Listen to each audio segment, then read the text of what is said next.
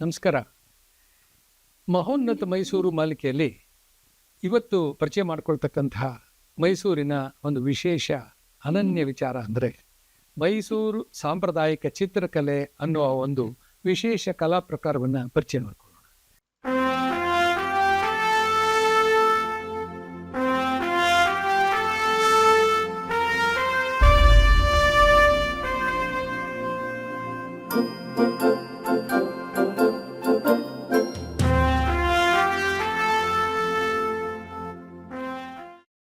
ನೋಡಿ, ಮೊದಲನೇದಾಗಿ ಚಿತ್ರ ಅನ್ನೋ ಪದ, ಅದರ ಅರ್ಥ ಏನು ಅನ್ನೋದ್ರ ಬಗ್ಗೆ ಸ್ವಲ್ಪ ತಿಳ್ಕೊಳ್ಳೋಣ.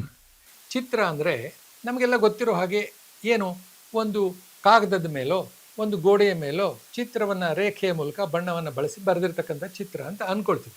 ಚಿತ್ರ ಅಂದರೆ ವಿಶೇಷವಾಗಿ ಅದ್ಭುತ ರಸವನ್ನು ಉತ್ಪತ್ತಿ ಮಾಡ್ತಕ್ಕಂತಹ ಒಂದು ಪ್ರಕಾರ ಅನ್ನುವ ಹೆಸರನ್ನು ಸಂಸ್ಕೃತದ ನಿಘಂಟು ಕೊಟ್ಟಿದೆ. ಅದೇ ಚಿತ್ರ ಅನ್ನೋ ಹೆಸರನ್ನು ನಾವು ಕನ್ನಡದಲ್ಲಿಯೂ ಬಳಸ್ಕೊಳ್ತಾ ಇದ್ದೀವಿ. ಅಂದರೆ ಒಂದು ಕಾಗದದ ಮೇಲೆ ನಿಜವಾಗಿಯೂ ಒಂದು ಹುಲಿ ಇಲ್ಲ, ಆದರೂ ಕಣ್ಣಿಗೆ ಹುಲಿ ಅಂತ ಕಾಣಿಸುತ್ತೆ.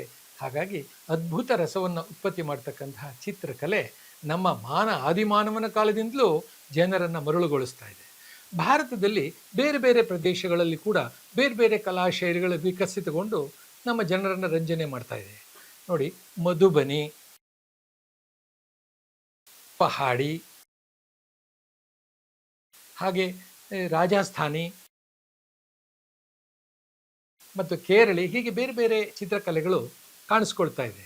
ಬೃಹತ್ ಕರ್ನಾಟಕದಲ್ಲಿ ಇದ್ದಂತಹ ವಿಜಯನಗರ ಸಾಮ್ರಾಜ್ಯದಲ್ಲಿ ಚಿತ್ರಕಲೆಗೆ ವಿಪರೀತವಾದ ಆಶ್ರಯವನ್ನು ಕೊಟ್ಟು ಅನೇಕ ಗುಡಿಗೋಪುರಗಳಲ್ಲಿ ಬಳಸಿರುವುದನ್ನು ನಾವು ಕಾಣ್ತೀವಿ. ಕಾಲಾನಂತರ ಅಂದರೆ ವಿಜಯನಗರ ಪತನ ನಂತರ ತನ್ನ ಆಶ್ರಯವನ್ನು ಕಳೆದುಕೊಂಡ ಕಲಾವಿದರು ದಕ್ಷಿಣದತ್ತ ಚಲಿಸಿ ತಂಜಾವೂರು ಮತ್ತು ಮೈಸೂರು ಮುಂತಾದ ಪ್ರಾಂತ್ಯಗಳಲ್ಲಿ ಬಂದು ಆಯಾ ದೇಶದ ಆಯಾ ನೆಲೆಗಳ ಒಲವಿಗೆ ಸಂಬಂಧಪಟ್ಟಂತೆ ಅಲ್ಲಿಯ ಬೇರೆ ಬೇರೆ ಶೈಲಿಗಳನ್ನು ಅಭ್ಯಾಸ ಮಾಡಲಿಕ್ಕೆ ಹೊರಡ್ತಾರೆ. ತಂಜಾವೂರಿನಲ್ಲಿ ಬಂದಿದ್ದನ್ನು ತಂಜಾವೂರು ಶೈಲಿ ಅಂತಲೂ, ಮೈಸೂರು ಪ್ರದೇಶದಲ್ಲಿ ವಿಕಸಿತವಾದ ವಿಶೇಷವಾದ ಪ್ರತ್ಯೇಕ ಶೈಲಿಯನ್ನು ಮೈಸೂರು ಸಾಂಪ್ರದಾಯಿಕ ಚಿತ್ರಕಲೆ ಅಂತಲೂ ಗುರುತಿಸೋದು ವಾಡಿಕೆಯಾಗಿದೆ. ಮೈಸೂರಿನ ಒಂದು ಚಿತ್ರಕಲೆ ಬಹಳ ವಿಖ್ಯಾತವಾಗಿದೆ. ಮೈಸೂರಿನಲ್ಲಿರ್ತಕ್ಕಂತಹ ಮೈಸೂರು ಮಲ್ಲಿಗೆ, ಮೈಸೂರು ವಿಳ್ಳೆಯದೆಲೆ, ಮೈಸೂರು ರಸಬಾಳೆ, ಮೈಸೂರಿನ ಶ್ರೀಗಂಧ, ಹೀಗೆ ಮೈಸೂರು ಪೇಟ, ಹೀಗೆ ಅನೇಕ ಸಂಗತಿಗಳು ಮೈಸೂರಿನ ಹೆಸರನ್ನು ವಿಶ್ವದ ಮೂಲೆಗೆ ಕೊಂಡೊಯ್ದಿರೋ ತರಹನೇ ಈ ಅನೇಕ ಜನರಿಗೆ ಹೆಚ್ಚು ಪರಿಚಯವಿಲ್ಲದ ಮತ್ತೊಂದು ಸಂಗತಿ ಅಂದರೆ ಈಗ ನಾವು ಪರಿಚಯಿಸ್ಕೊಳ್ತಾ ಇರ್ತಕ್ಕಂಥ ಮೈಸೂರು ಶೈಲಿಯ ಚಿತ್ರಕಲೆ. ಈ ಚಿತ್ರಕಲೆ ಬೇರೆ ಕಡೆಗಳಲ್ಲೆಲ್ಲೂ ಇಲ್ಲದಂತಹ ಕೆಲವು ವಿಶೇಷವಾದ ಶೈಲಿಯನ್ನು ಇದು ಅಳವಡಿಸಿಕೊಂಡಿದೆ. ಈ ಚಿತ್ರಕಲೆಯಲ್ಲಿ ಸಾಮಾನ್ಯವಾಗಿ ದೇವಾನುದೇವತೆಗಳ ಚಿತ್ರಗಳನ್ನು, ಹಾಗೆ ಈ ರಾಜ ಮಹಾರಾಜರ ಚಿತ್ರಗಳನ್ನು ಕೂಡ ಐತಿಹಾಸಿಕವಾಗಿ ಬರೆದಿರೋದು ನಾವು ಕಾಣಿಸ್ತೀವಿ. ಇದು ಮೈಸೂರಿನ ಮನೆಗಳಲ್ಲೂ ಮೈಸೂರು ಸಾಂಪ್ರದಾಯಿಕ ಶೈಲಿಯ ಚಿತ್ರಪಟಗಳು ಕಂಗೊಳಿಸ್ತಾ ಇವೆ.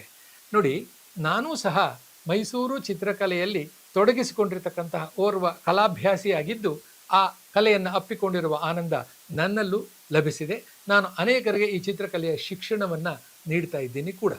ಹಾಗಾಗಿ ಮೈಸೂರು ಸಾಂಪ್ರದಾಯಿಕ ಚಿತ್ರಕಲೆಯಲ್ಲಿ ಪ್ರಖರವಾದ ವರ್ಣಗಳು, ಹಸಿರು, ಕೆಂಪು, ನೀಲಿ, ಹಳದಿ ಮುಂತಾದ ವಿಶೇಷವಾದ ಪ್ರಖರವಾದ ವರ್ಣಗಳನ್ನು ಕೊಟ್ಟು ಈ ಚಿತ್ರಕಲೆಯಲ್ಲಿ ಜನಪದೀಯ ಶೈಲಿಯಲ್ಲಿ, ಅಂದರೆ ಇವತ್ತಿನ ಆಧುನಿಕ ರವಿವರ್ಮನ ಶೈಲಿ ಆಗಲಿ ಅಥವಾ ಪಾಶ್ಚಿಮಾತ್ಯದ ಯಥಾದರ್ಶನ ಕಲೆ ಪರ್ಸ್ಪೆಕ್ಟಿವ್ ಅಂತ ಕರಿತೀವಿ, ಆ ತಂತ್ರಗಳನ್ನೆಲ್ಲ ಮೈಗೂಡಿಸ್ಕೊಳ್ಳದೆ ಜನಪದೀಯ ಶೈಲಿಯಲ್ಲಿ ತನ್ನ ಶೈಶವ ರಚನೆಯನ್ನು ಉಳಿಸ್ಕೊಂಡು ಮುಂದುವರತಕ್ಕಂತಹ ಮೈಸೂರು ಸಾಂಪ್ರದಾಯಿಕ ಶೈಲಿಗೆ ತನ್ನದೇ ಆದ ವಿಶೇಷವಾದ ಲಕ್ಷಣಗಳಿದೆ.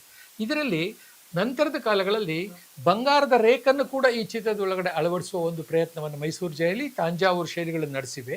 ಮೈಸೂರು ಶೈಲಿ ಹಾಗೂ ತಂಜಾವೂರು ಶೈಲಿಗಳಲ್ಲಿ ಉಬ್ಬು ತಗ್ಗುಗಳನ್ನು ಕೂಡ ನಿರ್ಮಿಸಿ, ಅಂದರೆ ಎಂಬಾಸಿಂಗ್ ಅಂತ ಕರಿತೀವಲ್ಲ, ಅವುಗಳನ್ನು ನಿರ್ಮಿಸಿ ಅದರ ಮೇಲೆ ಬಂಗಾರದ ರೇಖನ್ನು ಆಚ್ಛಾದಿಸುವ ಒಂದು ಶೈಲಿಯನ್ನು ಕೂಡ ನಾವು ಕಾಣ್ತೀವಿ.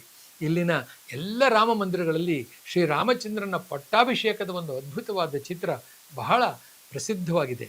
ಇನ್ನು ಅನೇಕ ಕಡೆ ಗಿರಿಜಾ ಕಲ್ಯಾಣ ಮತ್ತು ಭಾಗವತದ ಕೃಷ್ಣನ ಲೀಲೆಗಳು, ದಶಾವತಾರ ಚಿತ್ರಗಳು, ಈ ರೀತಿಯ ಪೌರಾಣಿಕ ಕಥಾನಕಗಳ ಇಲ್ಲಸ್ಟ್ರೇಷನ್ಸ್ ಅಂತೀವಲ್ಲ, ಹಾಗೆ ವಿವರಣಾ ಚಿತ್ರಗಳು, ಇವುಗಳ ರೂಪದಲ್ಲಿ ಮೈಸೂರಿನಲ್ಲಿ ಸಹಸ್ರಾರು ಚಿತ್ರಗಳು ಲಭ್ಯವಿವೆ.